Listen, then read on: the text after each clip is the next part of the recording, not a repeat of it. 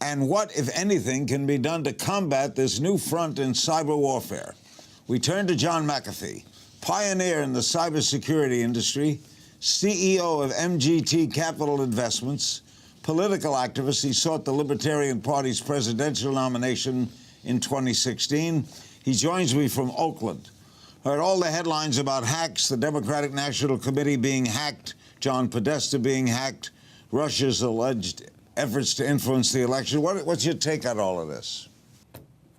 Well, there's so much information out there, Larry, that I think to start with, we need to define what cybersecurity is. I mean, there's the protection of our privacy, which we have none, by the way. There's the protection of our data, our critical data. We have none of that.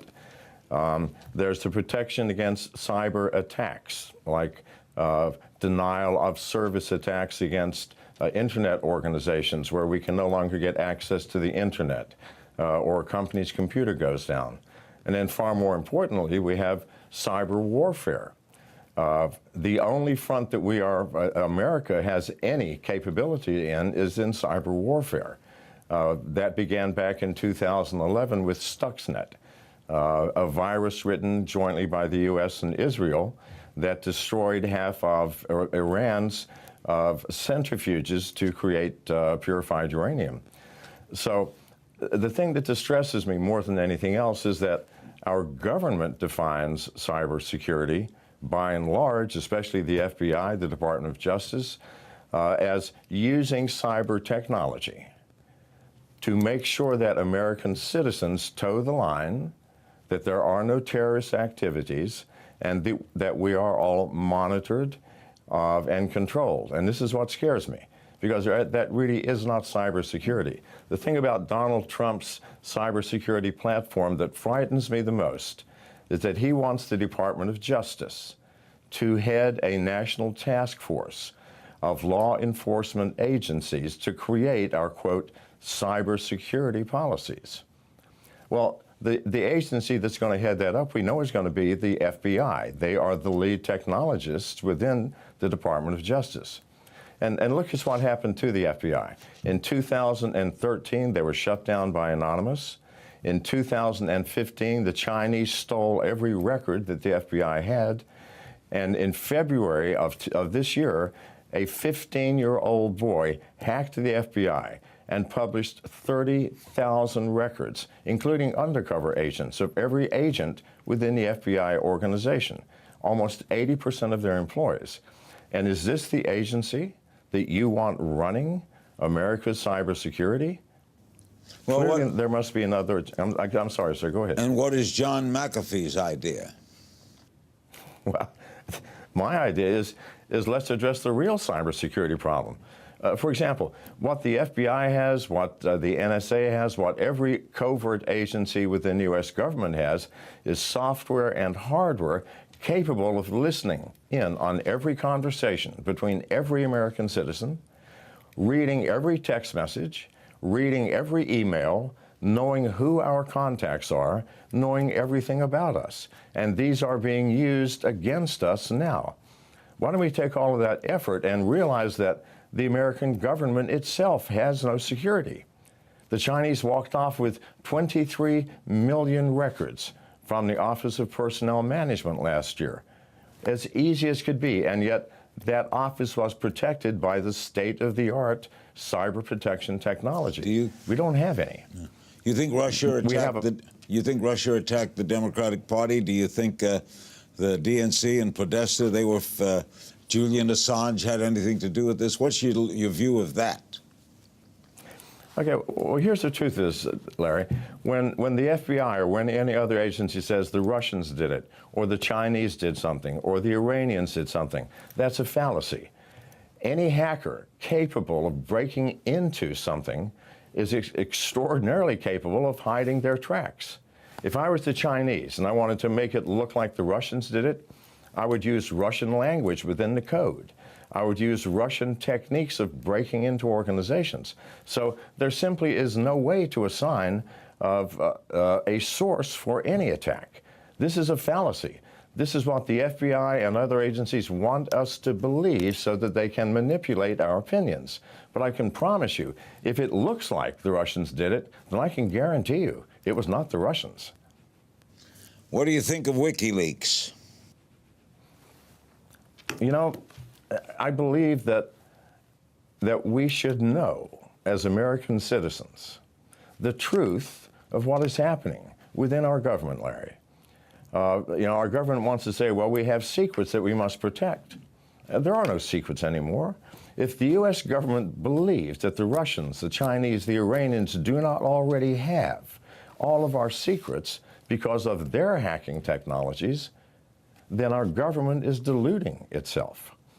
So WikiLeaks, you know, it's a tricky question, but I would rather know. I would rather know that my government is doing something illegal, like having the NSA spy on me and you and others, than not to know. Surely this is the only sane way to look at this. What's the purpose? The old comic strip Pogo used to say, we have found the enemy and it is us. Why would the government want to hack John McAfee's computer? Why? For what possible reason? John McAfee. Why? If it's me, then it's for any number of reasons. I'm the most outspoken critic of the FBI. So what? Of the NSA. It's in America, you can criticize them. They hack you to find out what? To find out who I'm talking to, who my friends are. Am I involved in some subversive organization? Am I doing something anti-American or undemocratic? Am I doing something that might in some way harm the administration or divulge a secret which I may possess? But I have the right to privacy. It's in the Constitution. And yet I have no privacy, and neither do you, Larry. If you think that just because you are not a political activist or you're not speaking out against a government agency, that they may not be looking into your life, I know that they are. Why? You are an important person. You influence millions of Americans. So of course they want to know what you're thinking, what you're doing, who your friends are, and what you're saying. And I'm not being paranoid. This is just the facts of life as they exist today, Larry. We'll be right back with more politicking.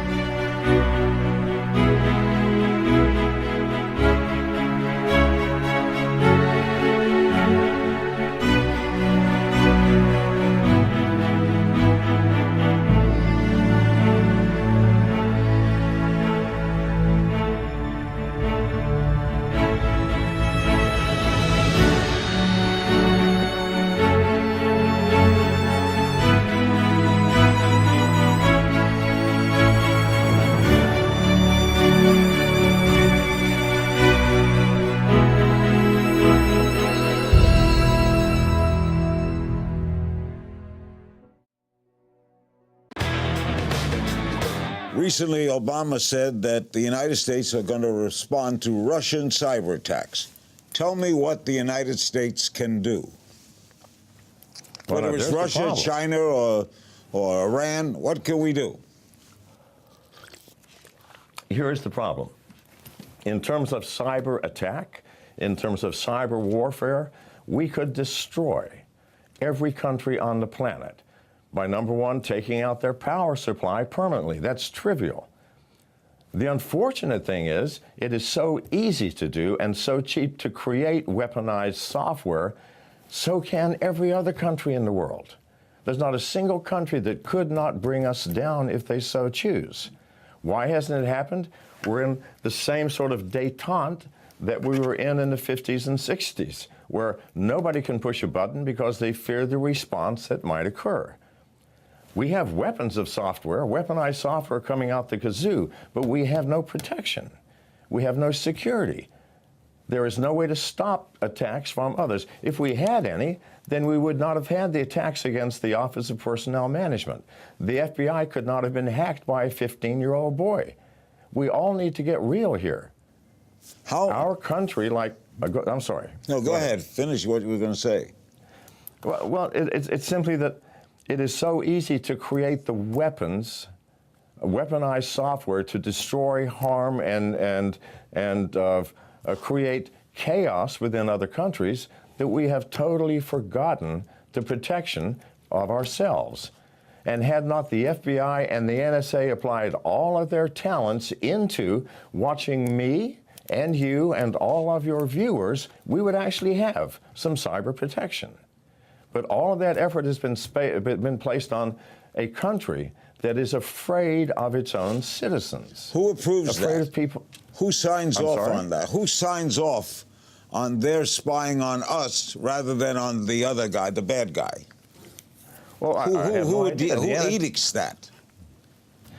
Well, allegedly, it would come through the executive branch. But apparently the NSA on its own took on the task of spying on Americans rather than its assigned task of spying on foreign countries without any oversight. I mean, we are out of control here in cybersecurity. We need people who truly understand the full breadth of this. It is a complex problem involving not just our privacy and our security as individuals or as companies, but as a nation. The very existence of our culture, of America, depends on a change. And it can't happen without new people, without new blood, without new talent. Nixon did this without the internet. He invaded psychiatrist's office. He tried Watergate, right? Now, Right. imagine, let's say, an evil president. Now, you don't think Obama cares about going into your cyberspace, do you? Do you care? Do you think he does? I don't think so. No, obviously he doesn't, else it would not be happening. So you think he does know about it or doesn't know about it? Well, whether he does or doesn't, he doesn't seem to care. Clearly someone doesn't care. I am smart enough. I've been in this business my whole life, Larry, and I'm smart enough to know when I buy a new telephone, within 3 days, some agency of the government has invaded my privacy by placing spyware on my phone, listening to me, watching me, reading my emails and text messages. I've long since given up on trying to prevent that. Instead, I use older technology for communications that matter to me, flip phones that can't be hacked. That's what I have. But this, well, good man, and stay with it, because I know when it's happening to me. Good heavens, I'm 71 and I've been in this business for 50 years, so I know that it's happening, All right, and not just to me. And can the same brilliance of technology counteract it? Yes, absolutely. But we have to have someone at the top or someone in authority that will say, look, the FBI, your job is not to spy on American citizens randomly, at will, by getting sign-offs by some judge that you wake up at 2 o'clock in the morning who doesn't seem to care, to give you a warrant that will allow you using a device called a Stingray, created by Harris Corporation, that will read and listen to everybody's conversation within a half-mile radius, even though you have a warrant for just one person. Please, this is actually happening. It has to stop. And we have to apply ourselves to the task of securing our country, our corporations, and ourselves from attack from any number of quarters. And we don't need one more attacker, that attacker being our own government. It's bad enough as it is. You were the developer of the first commercial antivirus program. Has this made you a target of hackers? Well, of course, yeah. It's a badge of honor, I think, for a hacker to hack me. And it happens frequently. What happens is when people plant software on my phone, I immediately identify it. Instead of getting rid of it, I try to find out who put it there. And then I keep my phone in a safe place when I want to have a private conversation. I don't have a private conversation with my telephone in my pocket unless my thumb is over the microphone. I don't let it watch what I'm doing. I keep it in closed spaces. So I can allow this. You're painting this picture, John, that instrument, that iPhone that you have on you is an enemy of you. Of course it is. It's the ultimate spy device, Larry, and it was designed to be that. Now, let me tell you why. The iPhone and Google's Android phones are designed for one purpose: to allow marketers and salesmen to have access to where you are, who your friends are, what you are buying, what color shoes you like, what color sweaters you're looking for Christmas, so that they can market those things to you. Now, because it is designed to allow that, then it is also designed to allow hackers to get in and do the same thing. I mean, I don't care if you want to sell me a pair of shoes, because I can choose not to buy them. But when a hacker gets in to steal my identity or to listen in on a private conversations, well, that's a different thing, Larry, and that's what that's being used for. And the government uses these same facilities to spy on you, everyone who's watching you, me in particular, or anybody who looks like they are standing out of line or saying or doing something which might potentially be a threat to America. How do you know that the United States government isn't looking into what Iran is saying, what Russia is saying, what China is saying? Why can't we do the same? Well, I'm sure we are.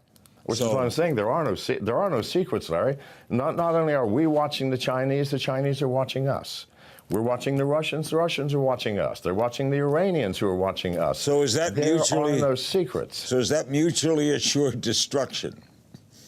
It is if we don't stop it. If we don't develop techniques to prevent this from happening. Everything has been focused on warfare. I have software that can attack you or violate you or find your information, but nothing has been placed on preventing that from happening from the other side. It's like we have nuclear bombs, but no bomb shelters. This is where we are today. So where does it all end? What's your biggest fear? My biggest fear is that Donald Trump will not see the reality of our cyber situation and will allow the current madness to continue, only in worse form.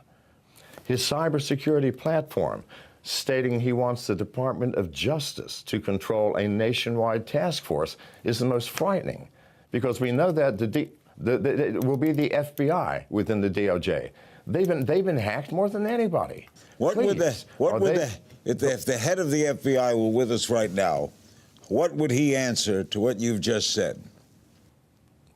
Well, okay, so I debated on CNN the FBI mouthpiece for 15 minutes, a very slick gentleman who started off saying it's all about security versus privacy. You must give up some privacy to get security. This is when they wanted to open the iPhone. And I was saying, no, nonsense, you know how to do it. And ultimately they did it on their own, only after so many people spoke out against them.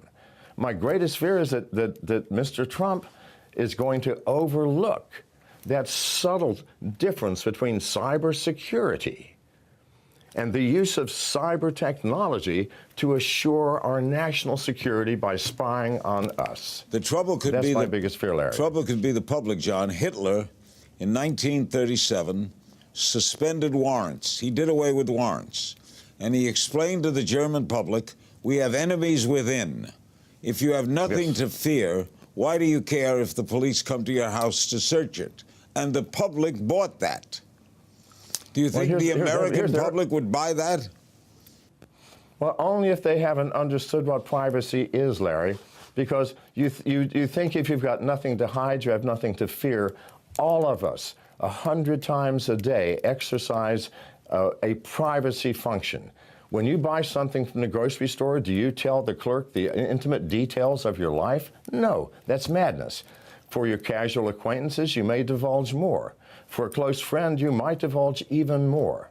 For your spouse, you might divulge everything, providing you're not having sex with her sister. But even then, you might not choose to divulge that. We all have levels of privacy that allow our society to function smoothly. And so if you say, well, you have nothing to hide, you've got nothing to fear, that means that ultimately everybody will know everything about everybody else. And we will have riots in the streets. Privacy is the glue that allows the negative aspects of humanity to meld with our positive aspects and have a smoothly functioning society. We are all, Larry, greedy as well as loving. We feel hate as well as generosity. We have grace, but we also have fear and jealousy. These are the things that we must keep private from some people. Otherwise, your neighbor, if you're a Christian and you don't know your neighbor's a Muslim or vice versa, and all of this comes out, suddenly the person that you liked, you no longer like. Suddenly there's animosity, secrecy. We all have secrets. We all must keep them. John, you're a great guest. Thanks so much for joining us. You're welcome. Always good seeing you. John McAfee.